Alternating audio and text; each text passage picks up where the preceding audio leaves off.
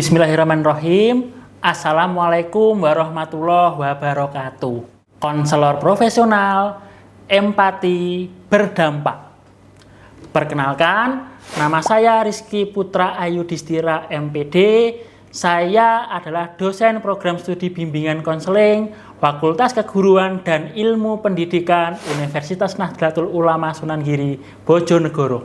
Bidang keilmuan saya adalah bimbingan dan konseling dengan riwayat pendidikan S1 bimbingan konseling di IKIP PGRI Madiun dan S2-nya juga program studi bimbingan dan konseling di Universitas Negeri Semarang. Riwayat penelitian dan publikasi saya dapat dilihat di profil Google Scholar dan di Sinta. Di prodi bimbingan konseling, saya mengampu mata kuliah yang sesuai dengan bidang keilmuan saya.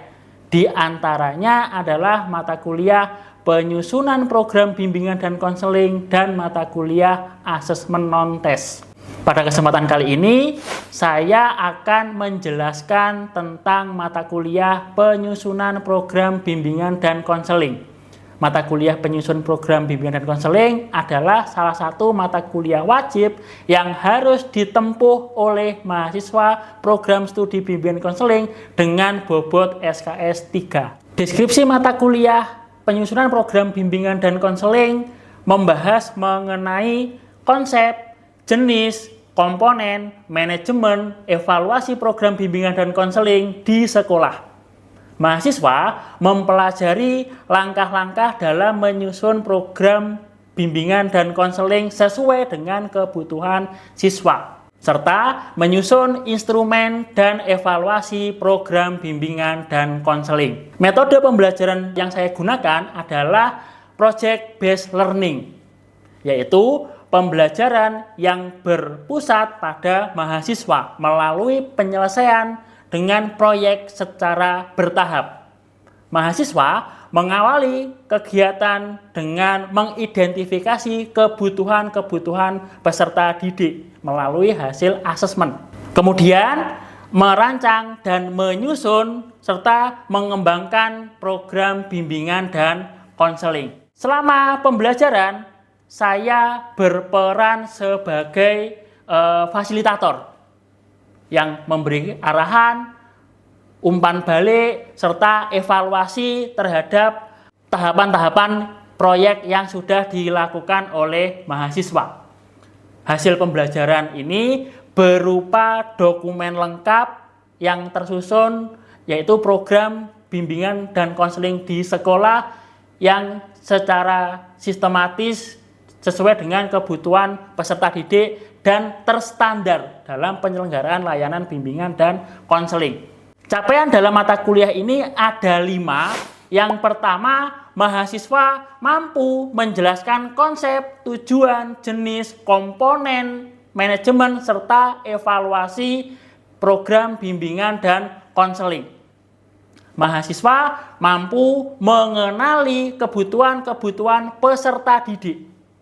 Mahasiswa mampu menyusun program bimbingan dan konseling yang meliputi program tahunan, program semester, dan satuan layanan. Mahasiswa mampu menyusun instrumen serta evaluasi program bimbingan dan konseling serta layanan-layanan yang telah dilakukan. Mahasiswa mampu menunjukkan kerjasama dengan tim di dalam kelompok selama proses penyusunan program bimbingan dan konseling. Materi perkuliahan ini berfokus kepada pemahaman mahasiswa dalam proses penyusunan program BK yang diawali dengan asesmen atau analisis kebutuhan peserta didik, penyusunan profil kebutuhan, merumuskan tujuan layanan, menyusun komponen program, menyusun rencana aksi atau action plan, hingga menyusun program tahunan, program semester, dan satuan layanan. Referensi yang saya gunakan diantaranya ada karangan dari Gisbert dan Henderson tahun 2012, ASKA Nasional Model tahun 2019, serta di dalam perkuliahan penyusunan program bimbingan dan konseling ada 4 aspek penilaian. Yang pertama, kehadiran dan keaktifan sebesar 20%, penugasan proyek sebesar 40%, UTS 15%, UAS 25%. Berikut cuplikan proses perkuliahan, penyusunan program bimbingan dan konseling. Assalamualaikum warahmatullahi wabarakatuh. Waalaikumsalam warahmatullahi wabarakatuh. Kita berdoa dulu sebelum mulai perkuliahan. Berdoa dipersilakan. Berdoa selesai. Kita bisa mulai untuk perkuliahan dengan materi pengantar penyusunan program BK. Sudah siap? Siap. Oke, jadi mata kuliah penyusunan program BK materi awal-awal itu adalah mengenai pemahaman dulu, konsep-konsepnya dulu. Nanti mulai pertengahan baru kita praktek-praktek ke sekolah, menganalisis, menyusun program dan sebagainya. Sampai di akhir pertemuan ke-14 adalah kalian sudah memiliki program yang sudah tersusun dengan baik. Seperti itu. Nah, pada pertemuan kali ini capaian pembelajarannya bisa dilihat. Yang pertama adalah mahasiswa memahami konsep program bimbingan dan konseling. Yang kedua, mahasiswa mampu memahami kerangka kerja bimbingan dan konseling. Yang ketiga, mahasiswa mengetahui langkah-langkah dalam menyusun program BK. Paham? Baik, kita lanjutkan. Yang pertama saya ingin membicarakan adalah, saya sambil berdiri ya, biar luas. Program BK. Program BK adalah sekumpulan perangkat yang digunakan oleh guru BK di sekolah atau konselor guna untuk memandu berbagai layanan yang akan diberikan kepada siswanya. Jadi biar tidak tumpang tindih. Ada layanan A, layanan B, layanan C, semua penting. Tapi kan nggak bisa satu guru BK, kalian sebagai seorang guru BK memberi layanan secara bersama-sama. Maka diperlukannya program BK ini agar layanannya bisa diberikan sesuai dengan pentingnya layanan tersebut, pentingnya materi secara bertahap selama 1 tahun ajaran yang dibagi menjadi 2 semester seperti itu, teman-teman. Jadi biasanya dalam memberikan layanan di awal itu layanan yang bagaimana? Yang biasa-biasa saja atau yang penting? Yang penting. Iya, karena memang harus segera dibantu siswanya, karena kalau nggak segera dibantu bisa menimbulkan apa? Masalah yang lebih parah lagi nantinya. Nah, yang berikutnya dalam membuat program BK ada kerangkanya seperti ini. Yang pertama dimulai dari asesmen, yang kedua dimulai dari harapan lingkungan, harapan si siswa itu sendiri, terus dilanjut komponen program sampai digunakannya strategi layanan dalam membantu dan mengembangkan peserta didik. Kita bahas satu persatu dulu. Kita mulai dari asesmen. Asesmen itu apa? Ada yang masih ingat? Pemahaman kondisi peserta didik. Baik apanya? Yang kita pahami apanya? Permasalahannya dan kebutuhan dari si peserta didik tersebut. Kita pahami dulu. Kita lakukan asesmen perkembangan peserta didik dan juga asesmen lingkungan, sehingga kita bisa menemukan apa yang dibutuhkan oleh siswa, apa yang diperlukan oleh siswa. Nah, berikutnya kita juga harus lihat harapan. Harapan ada 2, bukan hanya harapan si siswa itu, tapi harapan lingkungan. Lingkungan itu kira-kira siapa? Keluarga, masyarakat, teman juga, dan harapan si siswa itu sendiri. Dia mau jadi apa? Dia ingin berkarir yang bagaimana? Atau dia punya apa? Punya masalah apa? Sehingga dari masalahnya itu dia ingin menyelesaikan yang bagaimana. Seperti itu, teman-teman.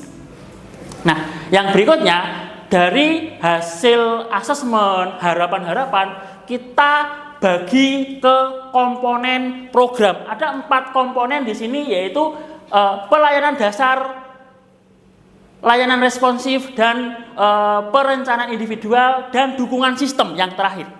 Ada yang masih ingat teman-teman pelayanan dasar itu seperti apa?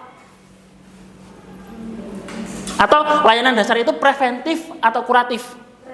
Preventif. Bisa dibantu dengan menggunakan layanan apa? Oke, betul, masih ingat. Jadi layanan yang digunakan untuk mencegah agar siswa yang sudah dalam kondisi baik agar tetap baik-baik saja atau jangan sampai terkena masalah. Justru siswanya itu bagaimana biar lebih berkembang lagi, biar lebih memahami hal-hal yang lebih lebih banyak, lebih luas.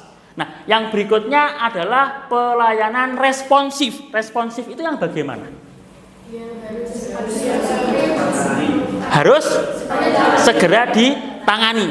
Karena kalau tidak segera ditangani, ditakutkan akan semakin parah. Apanya? Fisiknya, sakitnya, atau apa? Permasalahannya. Betul. Yang lengkap teman-teman. Semakin parah kan bisa banyak arti. Fisiknya karena sakit fisik. Tapi yang kita tangani kan berkaitan dengan permasalahan si siswa tersebut. Nah, yang berikutnya adalah perencanaan individual. Hal ini selalu berkaitan dengan apa biasanya?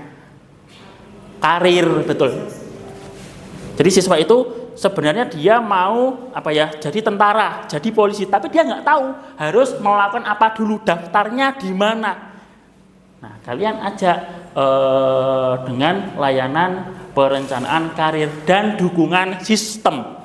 Dukungan sistem ini bukan ke siswa lagi, tapi kalian sendiri yang mengembangkan dirinya kalian, kompetensinya kalian, kemampuannya kalian, seperti itu.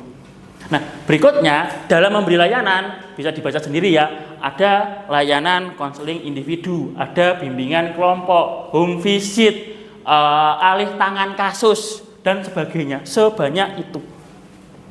Jadi disesuaikan antara kebutuhan dan permasalahan siswa dengan layanan apa yang bisa diberikan, disinkronkan. Jangan sampai siswanya itu bermasalah bully, tapi hanya diberikan bimbingan klasikal, kan kurang menyentuh, kurang masuk, seperti itu.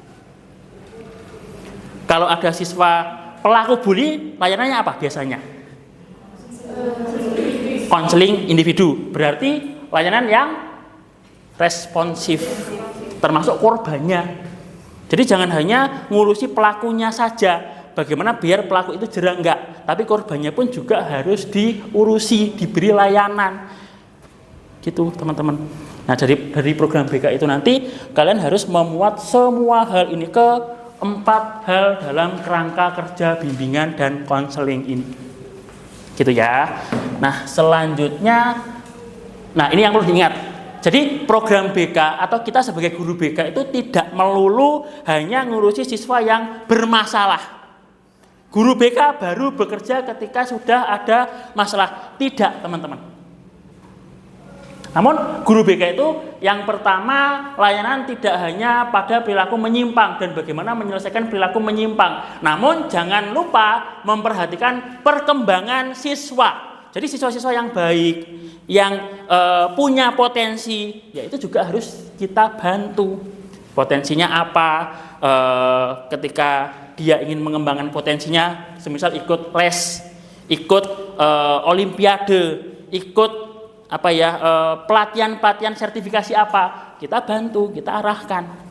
Terkadang banyak di lapangan, di sekolah-sekolah, siswa itu pinter, tapi dia nggak tahu harus bagaimana, harus seperti apa, atau daftarnya seperti apa. Nah, itu adalah program BK yang juga harus bersifat pengembangan.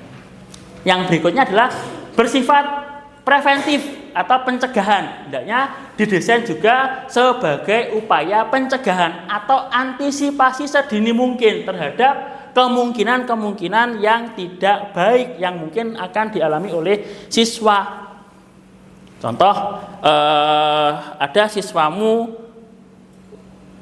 ke sekolah membawa sepeda motor, padahal dia belum punya SIM, belum atau motornya dimodif aneh-aneh, nggak pakai helm, bonceng 3. Ya memang saat itu nggak apa-apa, tapi ke depan kan bagaimana? Kita kan nggak tahu. Daripada terjadi hal-hal yang tidak minimal ditilang, sebaiknya kita preventif dulu. Kira-kira kalau ada kasus seperti itu, apa yang kalian lakukan? Bagaimana cara pencegahannya? Kerjasama dengan pihak ketiga, contohnya sama polisi. Betul, boleh. Kerjasama dengan yang memang ahlinya di bidangnya, Satlantas atau Polantas seperti itu. Nah, berikutnya adalah program bersifat komprehensif. Komprehensif itu menyeluruh. Jadi memfasilitasi capaian-capaian perkembangan siswa dalam berbagai aspek. Pribadinya diurusi, sosialnya diurusi, belajarnya diurusi, dan jangan lupa karirnya setelah lulus mau bagaimana.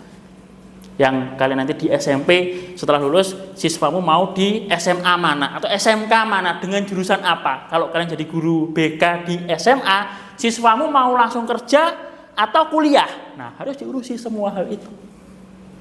Karena banyak teman-teman di sekolah-sekolah itu yang hanya memperhatikan belajar, dan belajar. Pribadinya diabaikan, sosialnya diabaikan, mau seperti apa terserah, yang penting siswa itu pinter. Kan nggak boleh seperti itu. Kita harus bisa memfasilitasi keempat bidang itu. Kalian juga harus bekerja sama dengan siapa kira-kira untuk mengurusi pribadi sosial dari si siswa? Sopo? Di rumah dengan orang tua. Karena apa? Kalian tidak mungkin 24 jam mengawasi siswa-siswanya kalian. Nggak mungkin kan?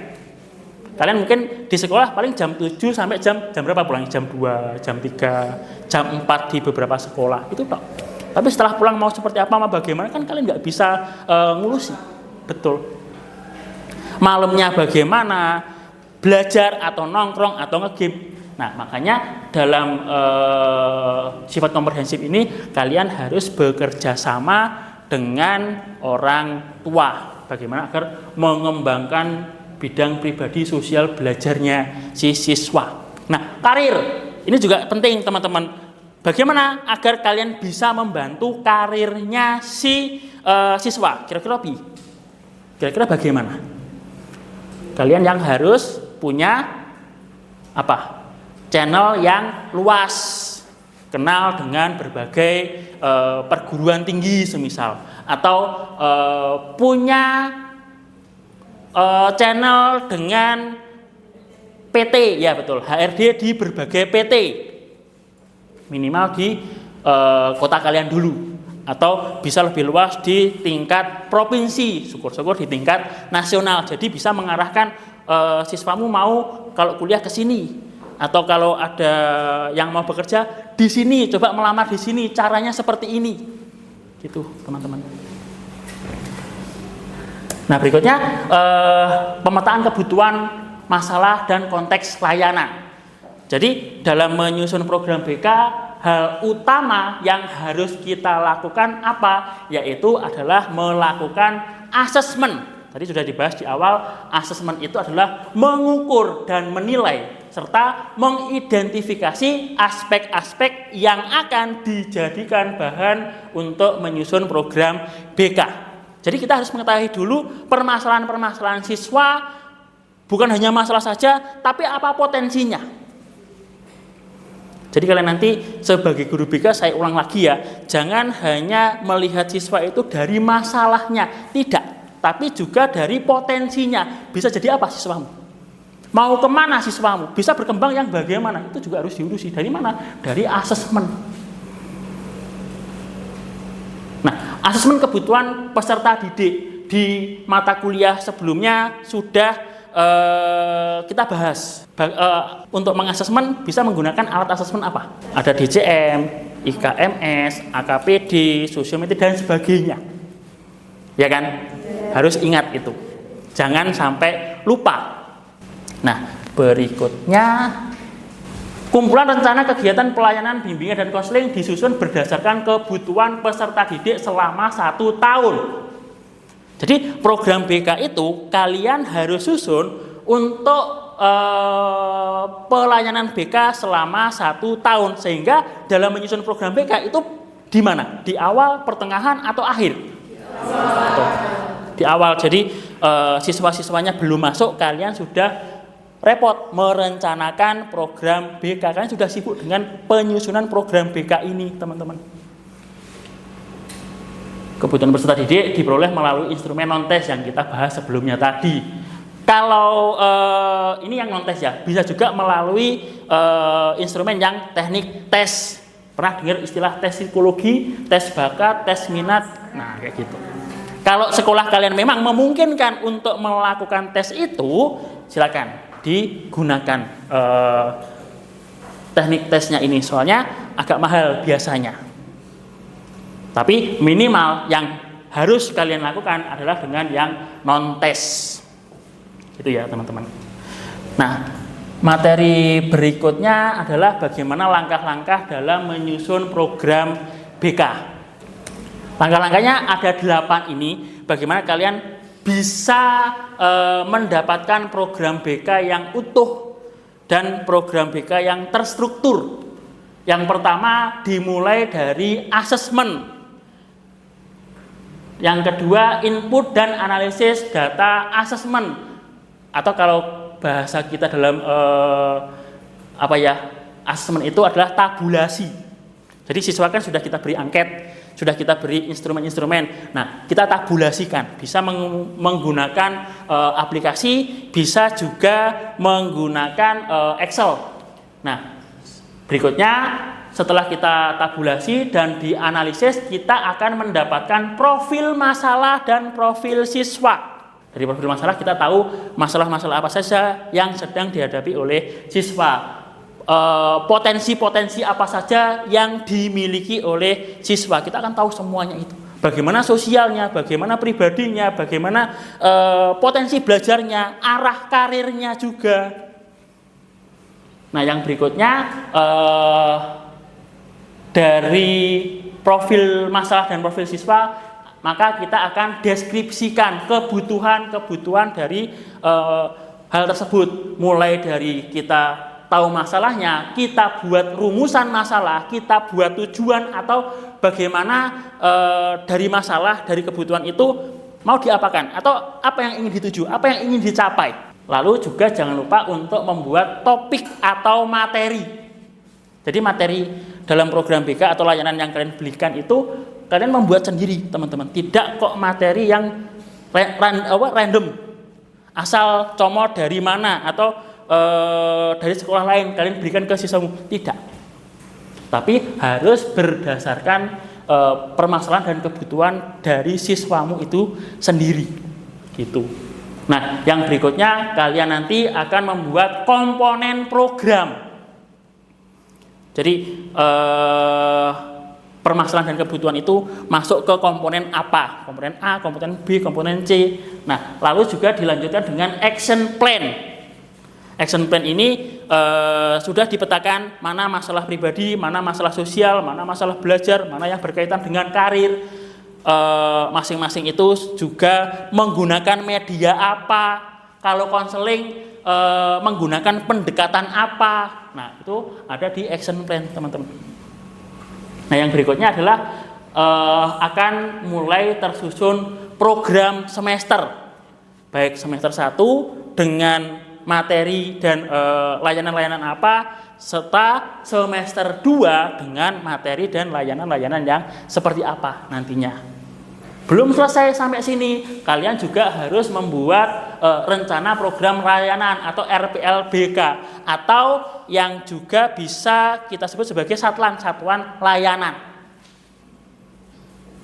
Gitu ya teman-teman. Jadi langkah-langkah ini satu persatu akan kita lakukan. Ketika asesmen, kalian nanti akan saya minta ke sekolah mencari data real dari siswa-siswa yang ada di sekolah. Saya nggak mau dalam membuat program BK, walaupun kita masih latihan, datanya itu data-dataan, saya nggak mau. Harus data real dari sekolah, menyebar ke satu angkatan di sekolah. Semisal ada 5 kelas, ada 6 kelas, ya semua diberikan asesmen seperti itu.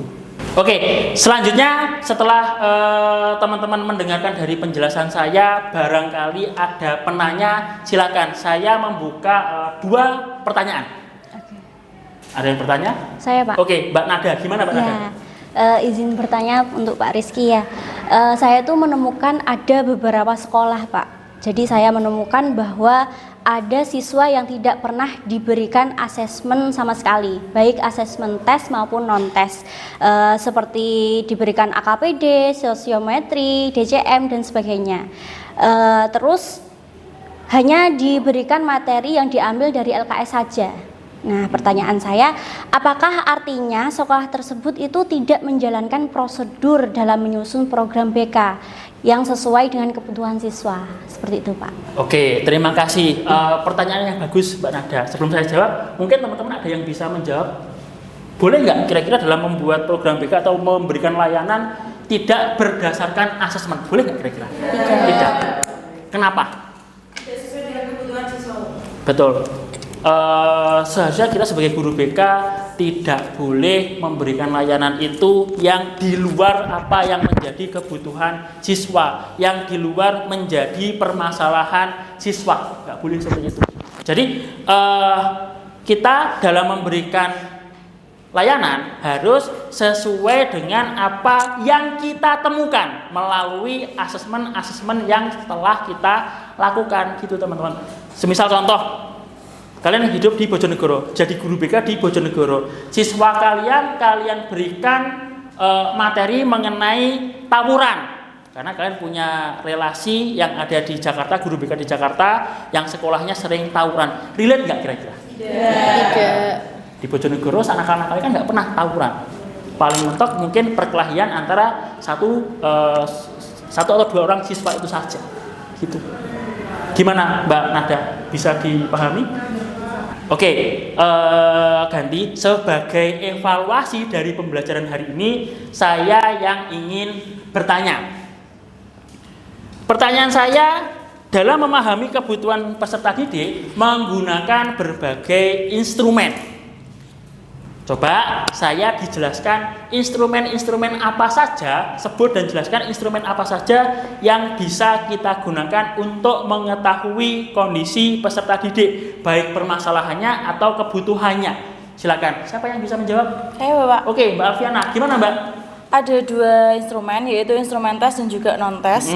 Ini saya akan menjelaskan mengenai instrumen non-tes. Yang pertama ada observasi, yaitu pengamatan secara langsung di lapangan kepada siswa untuk mengetahui permasalahan dan juga kebutuhannya. Yang kedua ada wawancara, yaitu melakukan tanya jawab kepada siswa untuk mengetahui kebutuhan dan juga permasalahannya. Yang ketiga ada IKMS, Bapak, yaitu inventory kebutuhan dan masalah siswa, di mana tes itu untuk mengidentifikasi kebutuhan dan permasalahan peserta didik menurut aspek pribadi, sosial, karir, dan juga belajar. Yang keempat ada AKPD, yaitu untuk memetakan kebutuhan peserta didik terkait layanan bimbingan konseling yang tepat. Yang selanjutnya ada DCM, yaitu berupa daftar masalah untuk mengidentifikasi permasalahan siswa. Yang terakhir ada sosiometri, yaitu untuk mengetahui hubungan sosial dan pola interaksi siswa tersebut dalam kelompok. Terima kasih, Bapak. Oke, betul semua yang disebutkan. Mbak, kenapa kamu menyebutkan yang non-tes saja, nggak yang tes? Untuk yang tesnya itu ada tes bakat, tes minat yang tadi sudah Bapak Rizky jelaskan juga.